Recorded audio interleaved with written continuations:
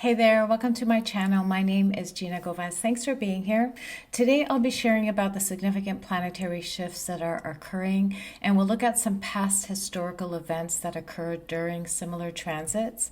We'll look at what the quality of time awakens in the psyche, how to apply this to the birth chart, and my personal reflections on how to remain centered during this time of collective change.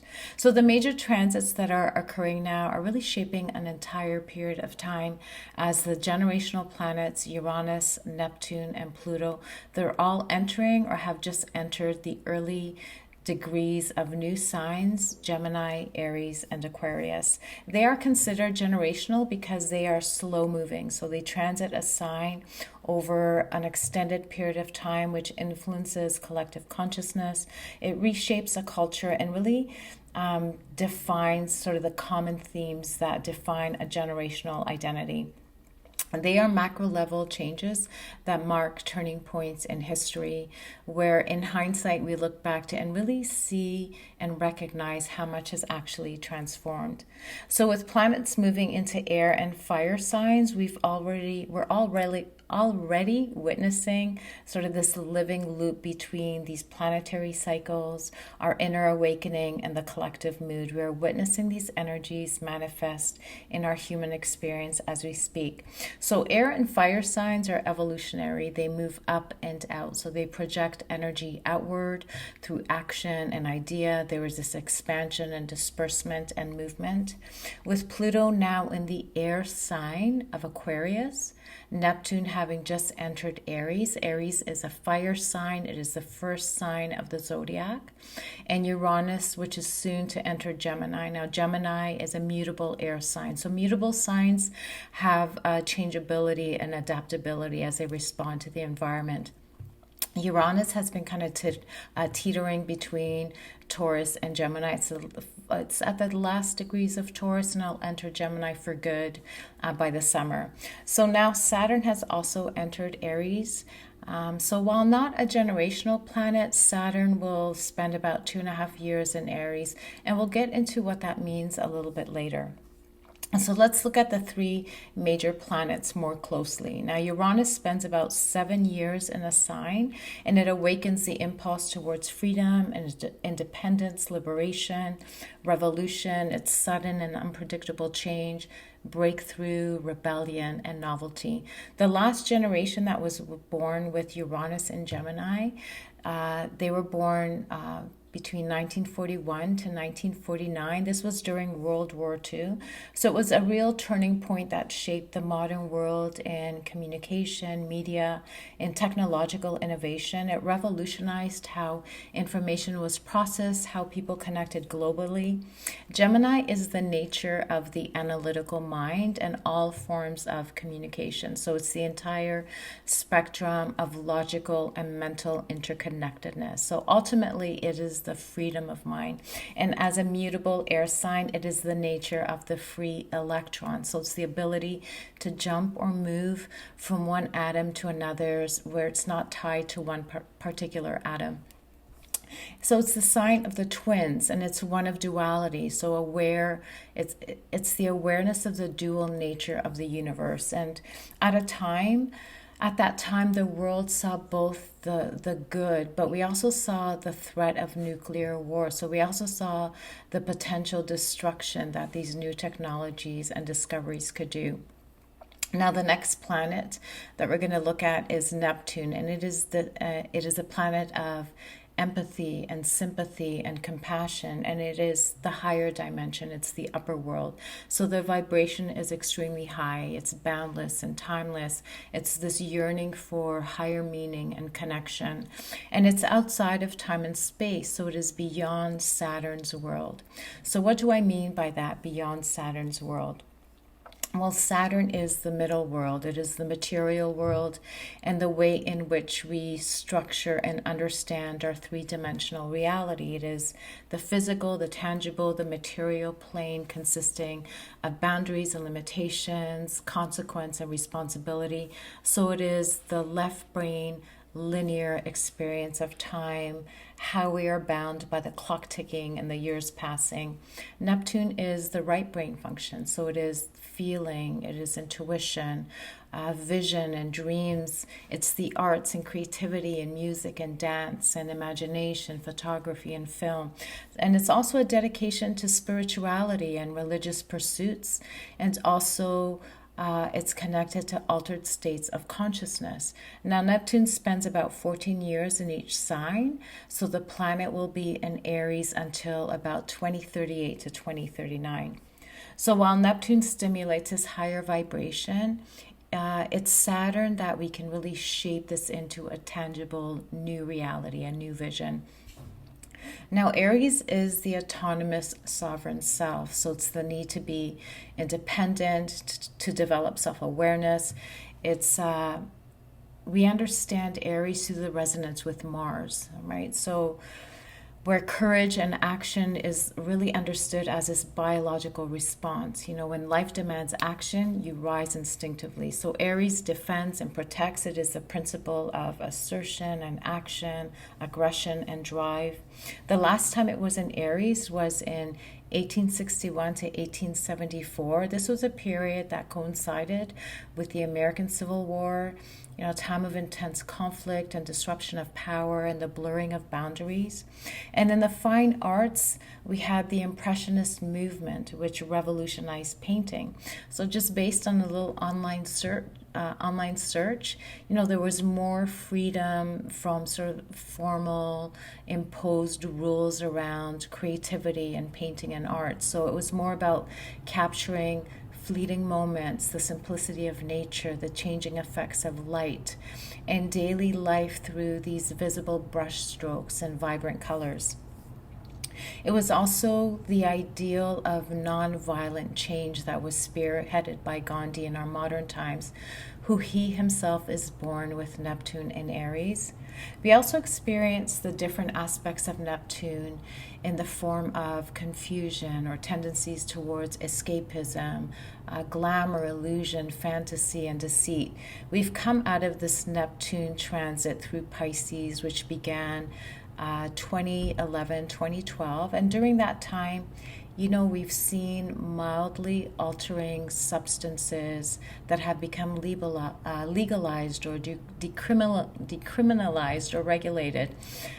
There's been a resurgence in astrology and tarot, meditation, psychedelics, and mysticism.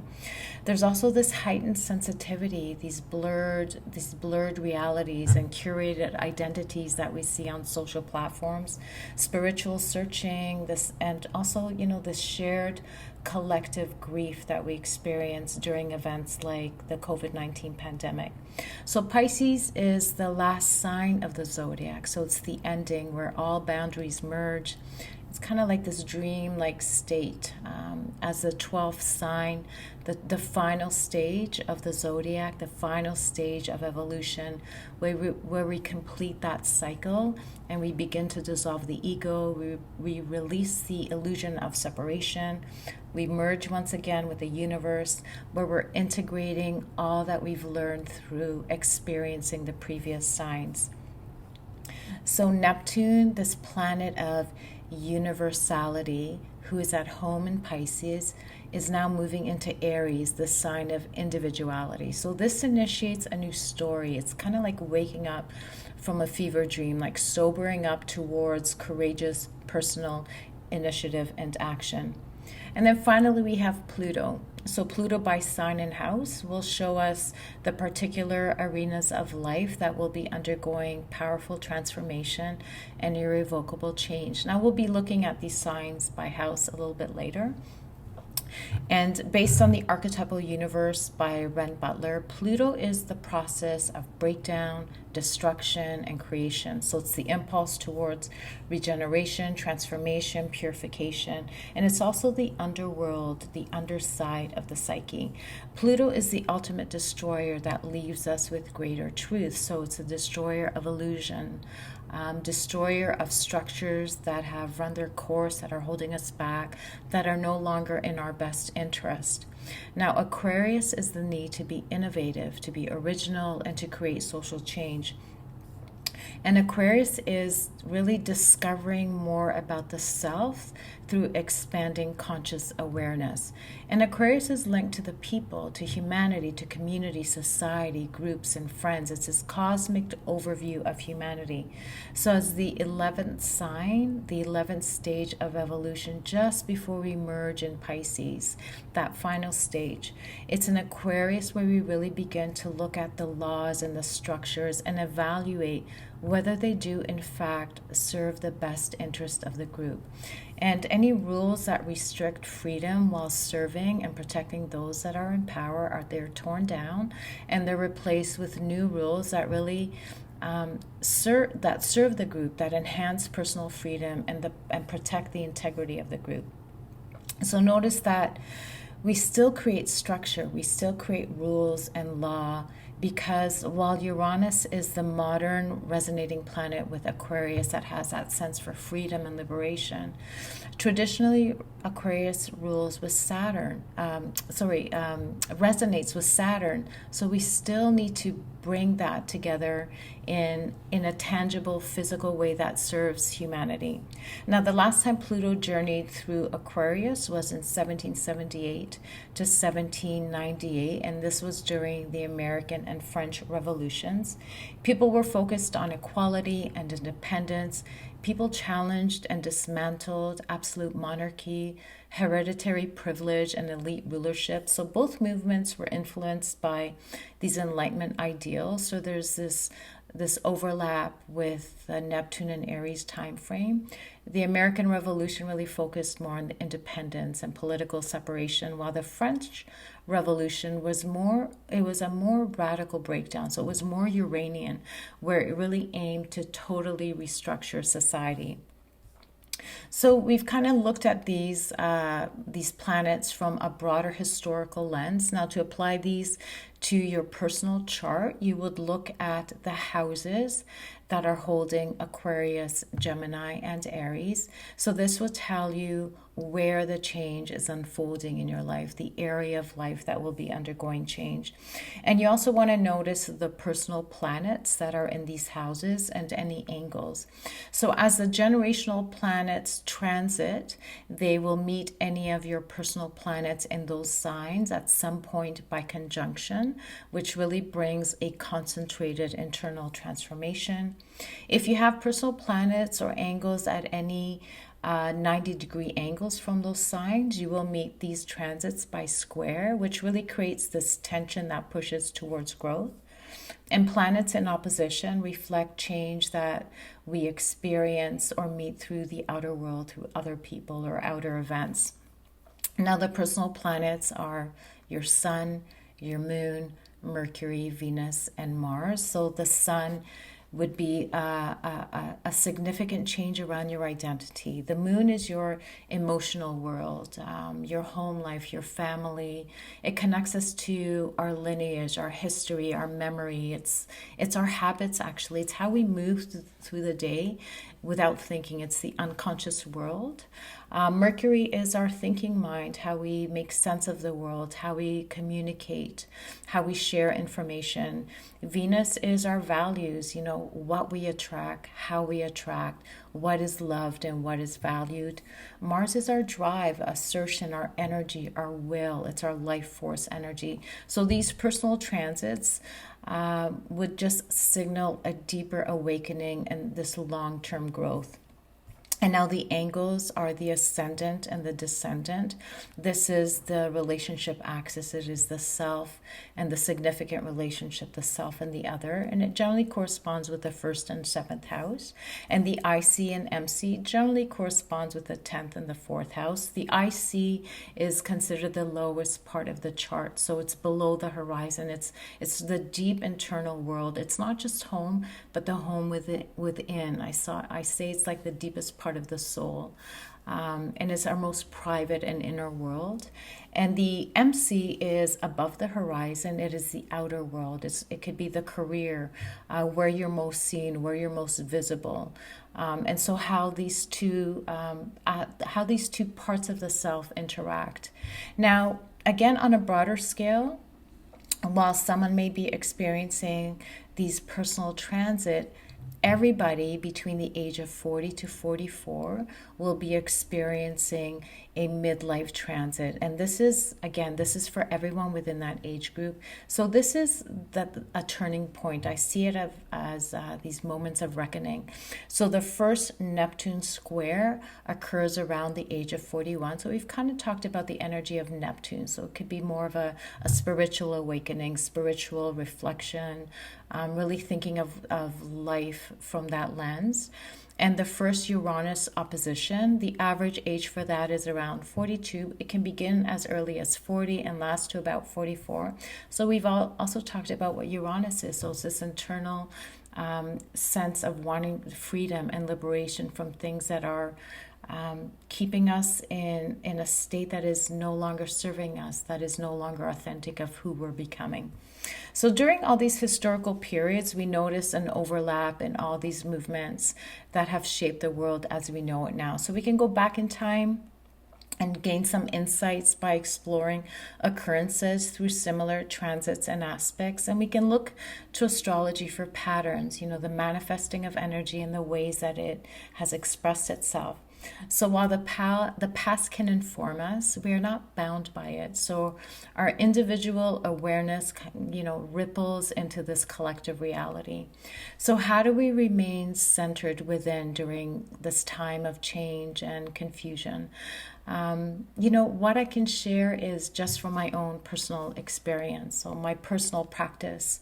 And, that is time to yourself, a lot of time to yourself. Personal reflection, quiet moments, taking breaks from social media and technology, taking breaks from all the things that actually distract us, choosing what you give your energy to, treating your attention like it really matters. And I always ask the question, can you really just be with yourself? Can you sit with yourself? Adequate movement, adequate rest, appropriate rest, nourishment, taking care of your body, being mindful of what and who you engage with. What are you reading? What are you listening to? I see this as our energetic hygiene. And it's during that time that we can build the habits that help us to pause before a reaction. It's in the small moments where we can shift an outcome or an interaction by recognizing that others are also having a subjective experience. It's the small moments where we can make that choice of our words and make our response more conscious. That's taken in the breath that creates space for self-awareness, inquiry, discernment, and coherence. And again, I share this not as a burden of having to change the world, but in some way it's a kind of liberation, just to recognize to some degree that the reactions around us don't have to determine where we stand within ourselves. And again, also as a reflection, how are you within yourself? How are we within ourselves? How does that shape our environment? And how does that shape our future? Because our future is now. We are the future. So what consistently rises in my intuition is that we are participants in this unfolding. And change first begins within, individually, personally, in our everyday lives, and again, to the degree of our awareness.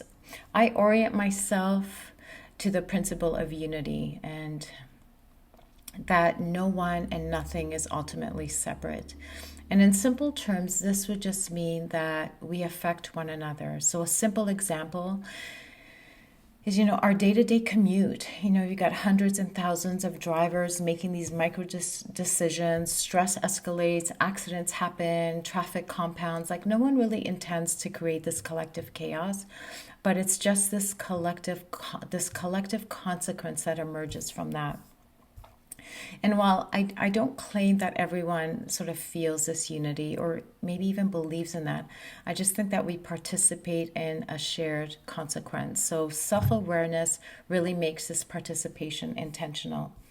I want to share a quote that I came by recently by James Hollis.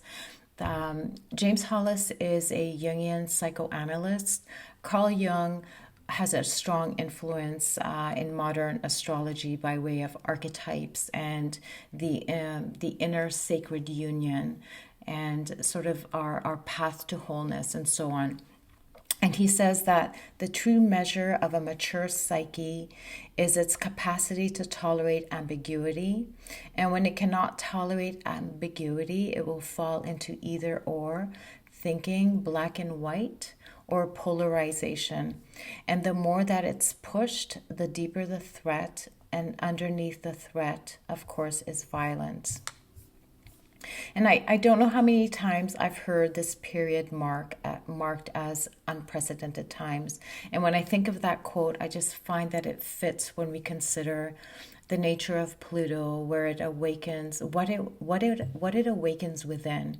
You know, we meet the darker parts of our psyche, the darker parts of the self. We see this through humanity, the darker parts of our nature, where we're faced with what's hidden, where things start to rise from our subconscious, where we're facing the shadow. And this is where we can create deep change, deep psychological change, healing and rebirth.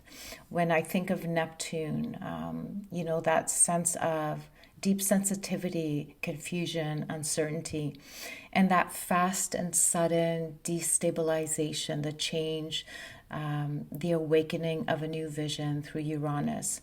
So a new vision begins with us, one step at a time, where we can pause to realign with ourselves, with one another, and of course with the greater order that we are part of. There's one more thing I'd like to share by Dane Rudyard. He was a pioneer of modern transpersonal astrology, a really brilliant mind, and he was born in 1895. And Rudyard had his natal moon was in Aquarius, Mercury in Pisces, Neptune and Pluto conjunct, his Mars in Gemini, a Sun and Venus in Aries. So it kind of brings together all these energies that we're talking about. And he says the fundamental work of astrology remains the same. It is to reveal the harmony of the spheres at whatever level man's consciousness is centered. It is to carry the symbol of order wherever man finds chaos. In modern terminology, it is the algebra of life. So that's it for today. I hope this has been informative, insightful, helpful. Once again, my name is Gina Govaz. I am a birth chart astrologer and somatic breathwork facilitator, a holistic practitioner. I'm dedicated to guiding you on your path to self-discovery, healing, and growth. You can connect with me here. I'd love to hear your comments, any insights, anything you'd like to share. Please comment below. You can also find me on Instagram. You can learn more through my website at ginagovas.com. I have all those links below. And I think that's it for now. Until next time, be well.